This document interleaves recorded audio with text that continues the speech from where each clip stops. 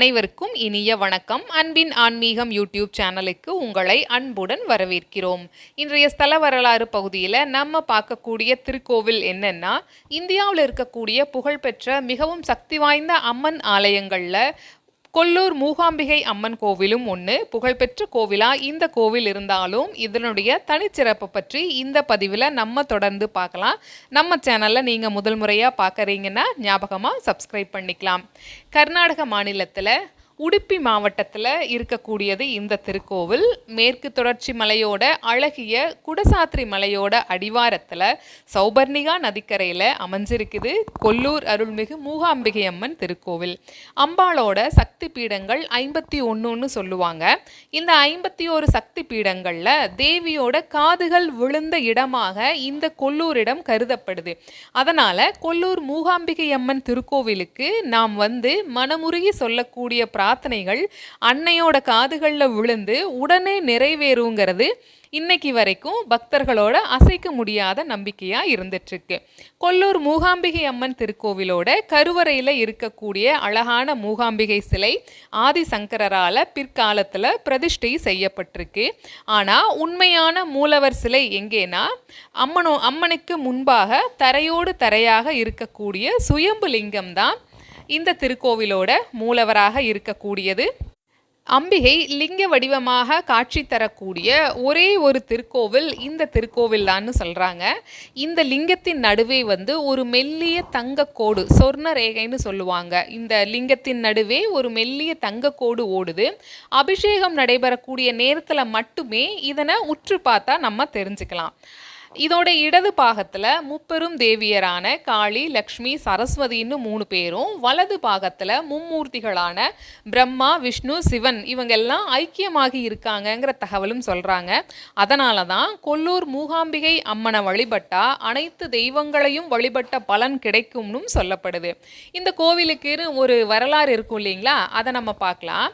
ஆதிசங்கரருக்கு அம்பாள் காட்சி கொடுத்துருக்கா. அப்போது ஆதிசங்கரர் சொல்கிறாரு, நீ என்னோட கேரளாவுக்கு வந்துரு அப்படின்னு அழைப்பு விடுத்திருக்காரு. அதற்கு அம்பாளும் சரின்னு சொல்லிட்டா. ஆனால் சரின்னு சொல்லிட்டு ஒரு நிபந்தனையை விதிச்சிருக்கா. என்ன நிபந்தனைனா, எந்த காரணத்துக்காகவும் என்னை திரும்பி பார்க்கக்கூடாது, அப்படி இருந்தாதான் நான் வருவேன்னு சொல்லியிருக்கா. அதுக்கும் ஆதிசங்கரரும் சரின்னு சொல்லிட்டு நடக்க ஆரம்பிச்சிருக்கிறாரு. ஆதிசங்கரருக்கு பின்னால் அம்பாளும் நடக்க ஆரம்பிச்சிருக்கிறா. 2 பேரும் தொடர்ந்து நடந்து போயிட்டே இருந்திருக்காங்க. திடீர்னு ஒரு இடத்துல என்ன ஆச்சு அப்படின்னா, அன்னையோட கொலுசு சத்தம் நின்றுருச்சு. அதுக்கு முன்பாக அன்னையோட கொலுசு சத்தம் கேட்டுட்டே இருக்கு. அதை கேட்டுட்டே ஆதிசங்கரர் நடந்து போயிட்டே இருந்திருக்காரு. அன்னையோட கொலுசு சத்தம் திடீர்னு நின்னதுனால உடனே ஆதிசங்கரர் சந்தேகப்படுறாரு. சந்தேகம் அடைஞ்சு என்ன பண்ணிட்டாருன்னா, அம்பிகை விதித்த நிபந்தனையை மீறி ஆதிசங்கரர் திரும்பி பார்த்துறாரு. திரும்பி பார்த்த இடத்துல லிங்க வடிவமாக அன்னை உறைஞ்சு போயிடுறா. அந்த இடம்தான் இன்று நாம் வணங்கக்கூடிய கொல்லூர் மூகாம்பிகை அம்மன் திருக்கோவில்னு சொல்கிறாங்க. இங்கு இந்த கோவிலில் ஸ்ரீ சக்கரத்தை பிரதிஷ்டை செய்து அதன் மீது அம்பிகையோட திருவுருவத்தை பிரதிஷ்டை செஞ்சுருக்காங்க. இந்த திருக்கோவிலோட பிரசாதம் கொஞ்சம் வித்தியாசமானதுன்னு சொல்லலாம். அது என்னன்னா, அதுவுமே ஆதிசங்கரோட தொடர்புடையது. ஆதிசங்கரர் இங்கு கடும் தவம் இருந்தபோது அவருக்கு உடல்நிலை மிகவும் சோர்ந்து போச்சாம்.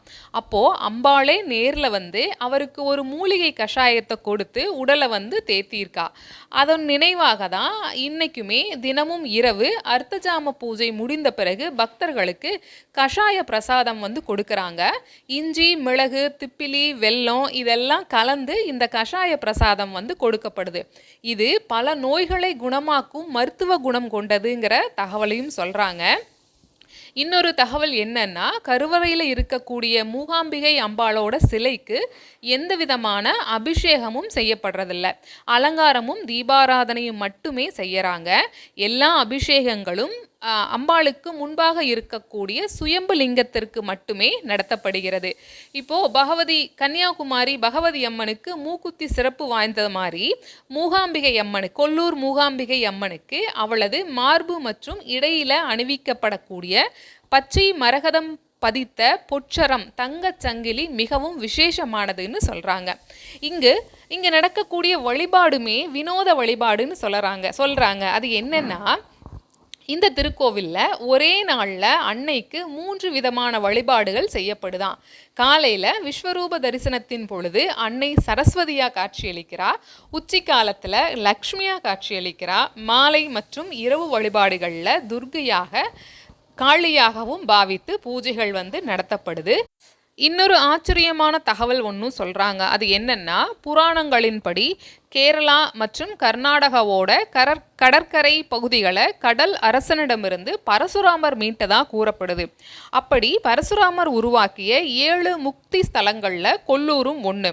இந்த கோவிலை ஒட்டி ஓடக்கூடிய சௌபர்ணிகா நதி குடசாத்திரி மலையிலிருந்து வரும் வழியில் ஏகப்பட்ட மூலிகை செடிகளோட வேர்களை தொட்டுட்டு வருதான். அதனால் இந்த நதியில் நீராடினா தோல் நோய்கள் மற்றும் மன உளைச்சல் நீங்குங்கிறது அறிவியல் கலந்த ஆன்மீக உண்மைன்னு சொல்கிறாங்க.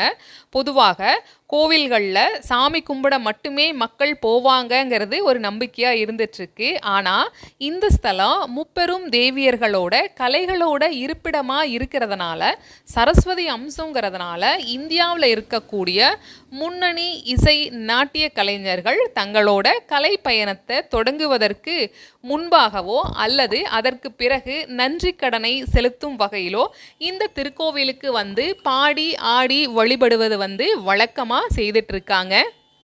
இவ்வளவு சிறப்புகள் வாய்ந்த கொல்லூர் திருக்கோவிலை பற்றிய பதிவை இதுவரைக்கும் முழுமையாக கேட்டீங்க. உங்களுடைய கருத்துக்கள், நீங்கள் இந்த கோவிலுக்கு சென்று வந்தவங்களா இருந்தால் அதை பற்றின அனுபவங்களையும் கமெண்ட் பாக்ஸில் தெரிவிக்கலாம். நீங்கள் தெரிவிக்கக்கூடிய ஒவ்வொரு கருத்தும் மற்ற அன்பர்களுக்கு வழிகாட்டுதலாக இருக்கும். நம்ம சேனலை இதுவரை பார்த்தீங்க ஞாபகமாக லைக் பண்ணி சப்ஸ்கிரைப் பண்ணி ஷேர் பண்ணுங்கள். நன்றி, வணக்கம்.